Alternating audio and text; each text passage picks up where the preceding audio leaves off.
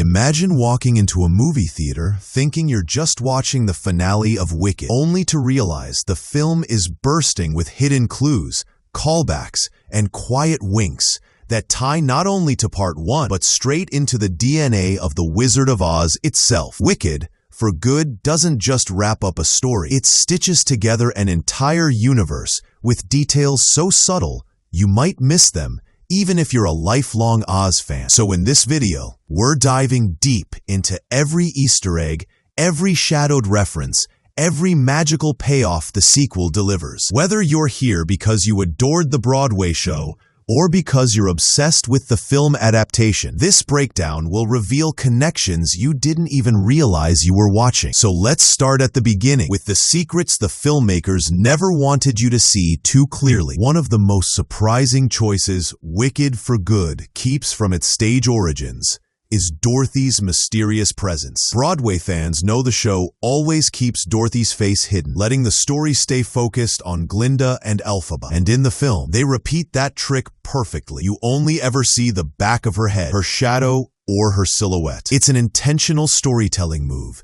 that creates this haunting feeling, as if Dorothy is a force of destiny rather than a character meant to share the spotlight. When the melting scene finally arrives, the movie mimics the iconic stage direction almost exactly. Glinda is shuttled outside the room, and like us, she watches through a tiny opening as shadows reveal the dramatic moment. This choice grounds the sequel in theatrical tradition while blending it with cinematic tension, and it sets the tone for all the subtle nods still ahead. But the film doesn't stop at staging callbacks.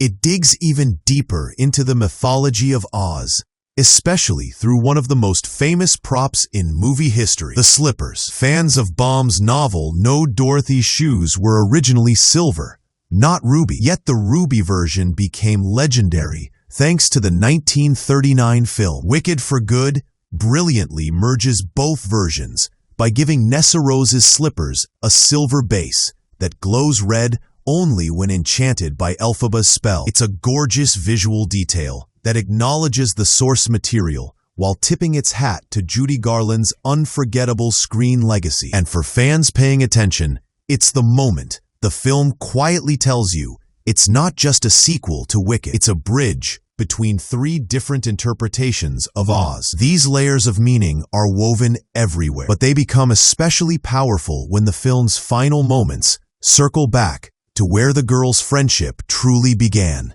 Near the end of the movie, as Glinda and Elphaba face the uncertain paths ahead of them, the story takes an emotional turn by flashing back to their younger selves. It's a soft, intimate moment. Glinda drapes a white cardigan over her head like a makeshift crown and whispers something to Elphaba, who gives the tiniest smirk. Many moviegoers felt the nostalgia immediately, but hardcore fans recognized the exact pose. It's a direct recreation of the Wicked Broadway playbill cover. This farewell moment isn't about spectacle or drama. It's a gentle thank you to the audiences who kept Wicked alive for decades. It's the film saying, "This story began with you." And from here, the movie weaves into some of its most clever callbacks, including a moment that flips a joke from Part 1 into a full-circle reveal that only longtime fans will appreciate.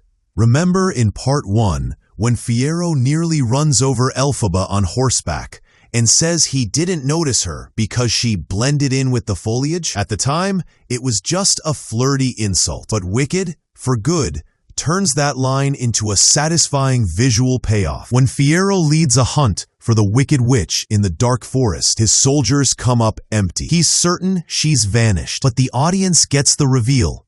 Elphaba has flattened herself against a tree, fully camouflaged within the leaves. It's a simple moment, but it proves how carefully the writers design these films to loop back on themselves. And those callbacks continue when we revisit the history of Glinda's most iconic lines.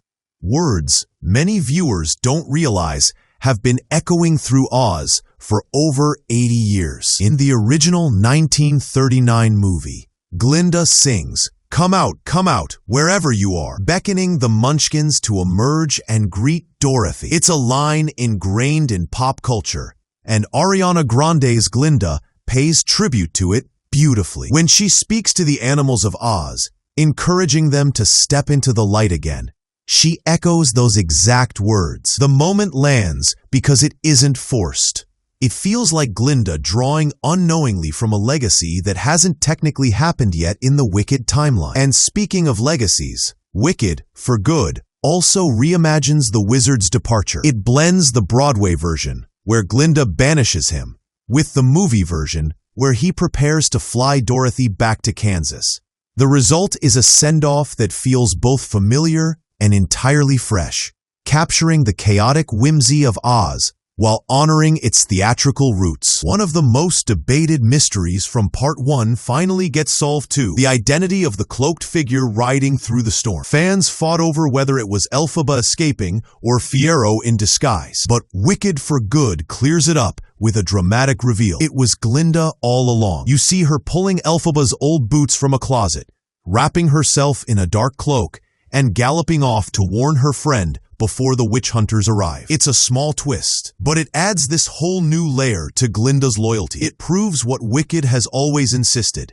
Despite everything, the good witch wasn't always good, and the wicked witch was never truly wicked. Their story is messy, emotional, and human, and nowhere is that clearer than in the origins of Oz's most beloved trio: the Scarecrow, the Tin Man, and the Cowardly Lion. Bok's transformation into the Tin Man is one of the clearest bridges between Wicked and the Wizard of Oz. Early in For Good, he's shown carrying a heavy mallet, mirroring the Tin Man's famous stance. Later, when he confesses to Nessarose that he lost his heart to Glinda, everything spirals. Nessarose's attempt to win his love through Elphaba's spellbook goes horribly wrong, shrinking his heart until Elphaba is forced to save him the only way she can, by transforming him into the Tin Man. It recontextualizes the character's longing from the original story. He isn't searching for a heart because he never had one, but because he once did and lost it in the worst possible way. And this level of character depth